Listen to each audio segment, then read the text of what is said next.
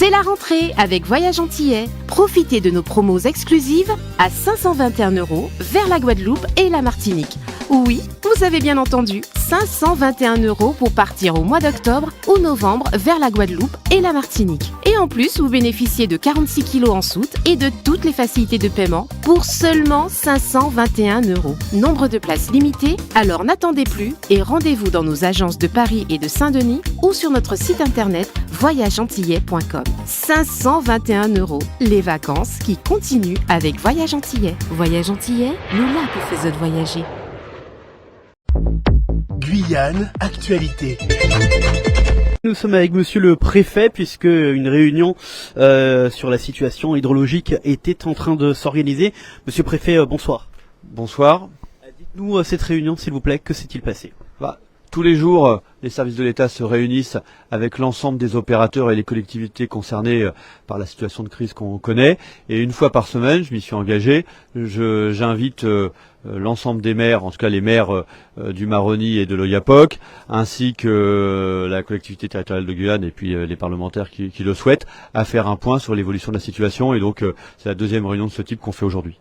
Que faire pour pallier à cette crise où justement on n'a pas d'eau en ce moment? Alors, on a de l'eau. On a de l'eau à Cayenne, on a de l'eau à Saint-Laurent-du-Maroni. Par contre, on n'a pas de précipitations et on n'en aura pas apparemment avant un certain temps. Alors, il y aura des petits épisodes de précipitations, mais qui ne modifieront pas réellement, le niveau et le débit des fleuves. On essaie de traiter les problèmes un par un. On a un problème de biseau salin à Saint-Laurent-du-Maroni sur lequel on a échangé avec la maire de Saint-Laurent pour permettre néanmoins, malgré la dégradation, l'augmentation de la salinité de l'eau, permettre la poursuite de l'école la semaine prochaine, parce que l'école c'est important et fermer l'école c'est toujours un échec. Et donc on est pleinement mobilisé avec la maire de Saint-Laurent-du-Maroni pour que les écoles à Saint-Laurent, malgré l'augmentation de la salinité de l'eau, ne ferment pas la semaine prochaine. Et puis après, on a d'autres sujets qui sont liés à la difficulté de circuler sur le fleuve.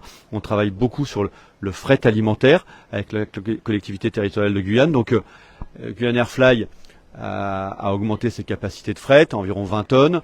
Les forces armées de Guyane, elles, à ma demande, mettent à disposition donc ce qu'on appelle les avions, les CASA. Les premiers vols de ravitaillement ont eu lieu aujourd'hui. Ce matin, j'étais au départ d'un vol vers Maripasoula, d'un avion qui était déjà allé à Camopi tôt dans la matinée. Et on est en train d'organiser une forme de ravitaillement aérien alimentaire avec la volonté que pour le consommateur, on puisse effacer le surcoût du transport. C'est-à-dire que l'objectif qu'on a, c'est que le transport le moins cher, il est par voie fluviale, il est actuellement très compliqué, voire même impossible. Donc on le remplace par du transport par voie aérienne, mais on souhaite que grâce à l'action de la collectivité territoriale de Guyane qui a délibéré aujourd'hui, et puis aussi grâce au concours de la solidarité nationale qui s'exprime par les forces armées et par leurs moyens aériens, eh bien ce transport aérien ne génère pas de coûts supplémentaires et on sera très attentif à ce que les commerçants le long du Maroni, comme le long de l'Oyapock, respectent justement cet engagement de ne pas augmenter leur prix, puisque c'est la collectivité territoriale de Guyane et l'État qui prennent en charge les surcoûts de transport. Et donc on est en train de réfléchir avec eux sur le bon dispositif pour encadrer les prix et éviter que le consommateur soit pénalisé. On travaille également sur la bouteille de gaz. Je sais que c'est important. Les bouteilles de gaz ne peuvent plus remonter le Maroni ou l'Oyapock. On est en train de travailler sur la possibilité de les transporter, là encore, en avion militaire, mais on ne les transportera vers les libres services qu'à condition qu'ils les vendent à un prix raisonnable qu'on va fixer, qui sera un prix maximal de vente, là encore, de façon à ce que les conséquences de la crise météorologique et la crise hydrologique n'aient un impact le plus minimal possible sur le pouvoir d'achat des populations du fleuve. Et puis, dans les autres sujets qu'on traite, on a le sujet du transport scolaire, qui est un sujet qui est vraiment compliqué. La collectivité territoriale de Guyane indiquait en réunion qu'elle avait 8 lignes de transport scolaire qui actuellement ont été arrêtées, donc transport scolaire fluvial. On est en train là de On a deux options. On est en train de travailler soit sur l'adaptation de la ligne, peut-être avec tout simplement la partie la plus compliquée qui est remplacée par un passage à pied. Et puis il y a aussi des dispositifs de solidarité familiale ou amicale qui peuvent être mis en œuvre. En clair, pour des enfants qui habitent dans des écarts, qui soient hébergés dans des familles qui sont dans le bourg où il y a l'école, mais ce n'est possible que pour des enfants qui ont un certain âge, évidemment. Et puis le rectorat, et le recteur l'a exprimé hier sur les ondes, le rectorat aussi travaille puisque des enfants ont du mal à aller vers l'école, de rapprocher l'école des enfants par d'autres moyens techniques. C'est ce qu'on appelle la continuité pédagogique. Donc tout ça pour dire que c'est un travail vraiment très dense, et avec l'ensemble des acteurs, qui est dans la durée, parce qu'on se projette sur une durée probablement, sans être météorologue moi-même, mais probablement de plusieurs semaines, jusqu'au début du mois de décembre, très probablement. On se projette donc sur le long terme, pour essayer de limiter les conséquences donc de cette crise hydrologique, de ce manque d'eau, de limiter les conséquences pour l'ensemble de la population concernée, parce que on est tous, c'est ce qu'on se disait avec les maires et la collectivité territoriale de Guyane, on est d'abord mobilisés pour que le quotidien des Guyanais qui habitent le long du Maroni et de l'Oyapock soit le moins perturbé par les difficultés qu'on rencontre actuellement. Juste une précision sur les casas, vous dites qu'il y a eu le premier vol de ravitaillement aujourd'hui. Est-ce qu'il y a une fréquence en particulier qui est prévue?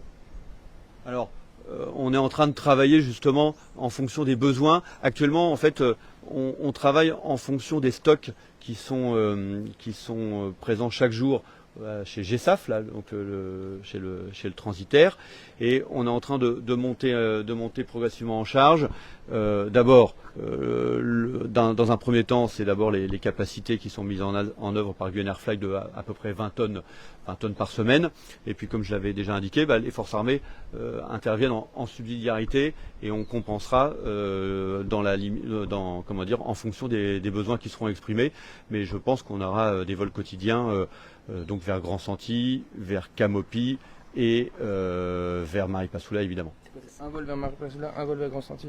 Après, c'est des répartitions entre les vecteurs, civils et les vecteurs aériens, en fonction des besoins et en fonction des stocks quotidiens. Et là, on est encore dans la phase de montée en charge. On a échangé notamment avec le maire de Grand Santi, qui indiquait par exemple, que chez lui, il y avait une vraie anticipation. Et donc, pour l'instant, il y avait des besoins qui étaient assez limités, qui étaient exprimés, mais qu'à partir de la semaine prochaine, les stocks qui avaient été constitués commenceraient à être consommés, et que les besoins de Grand Santi, c'est plusieurs dizaines de tonnes en tout cas pour Grand Santi et Maripasoula, qui représentent un peu plus de 20 000 habitants, c'est plusieurs dizaines de tonnes par semaine en besoin en fret aérien, donc c'est des besoins importants, mais on sera au rendez-vous. Cette mobilisation, suffisamment de moyens aériens, ou vous allez en demander davantage? Alors, pour l'instant, on dispose de 2 CASA, ce qui nous permet, un CASA, ça fait 4 tonnes par vol, on peut faire jusqu'à 3 vols par jour, donc mais on a une capacité maximale entre 15 et 20 tonnes par jour. Après, il faudra être capable de la tenir dans la durée. Donc on est en train de réfléchir à l'éventualité de demander des renforcements, des moyens supplémentaires si on constatait que les moyens aériens qui sont déjà importants en Guyane se révélaient insuffisants.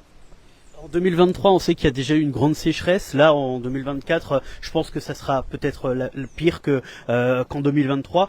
Qu'est-ce qu'on peut dire? Est-ce que on peut tout mettre sur le dos du réchauffement climatique? Ce qu'on constate, en tout cas, c'est que la sécheresse de 2024, elle est plus intense, elle commence plus tôt que celle de 2023, en tout cas ses conséquences. On est début novembre, et d'ores et déjà on est à des niveaux qu'on atteignait plutôt à la fin du mois de novembre l'année dernière. Et effectivement, l'alternance de périodes plutôt sèches et de périodes plutôt humides, c'est quelque chose de classique. C'est ce qu'on appelle les oscillations El Niño et El Niña. Mais on a le sentiment que l'intensité de ces phénomènes est de plus en plus importante et pourrait être liée au dérèglement climatique. En clair, que les périodes de El Niña sont particulièrement humides, on l'a vécu en 2021, en 2022, et que les périodes de El Niño sèches sont particulièrement sèches. Donc on est peut-être en train de nous adapter collectivement à des phénomènes météorologiques qui sont plus intenses, aussi bien dans la sécheresse que dans la pluviosité. Question. Auditionné au Sénat, le ministre François-Noël Buffet a laissé entendre qu'il viendrait en Guyane. Est-ce qu'à ce stade vous avez des informations? Alors moi j'étais en réunion donc j'ai pas pu suivre l'audition, mais je pense que évidemment le ministre des Outre-mer qui a pris ses fonctions récemment a vocation à faire le tour de l'ensemble des départements d'Outre-mer et donc on l'attend avec impatience. Outremernews.fr, le site de l'actualité Outre-mer, 24 heures sur 24 et 7 jours sur 7. Retrouvez la chaîne Outremer News sur YouTube.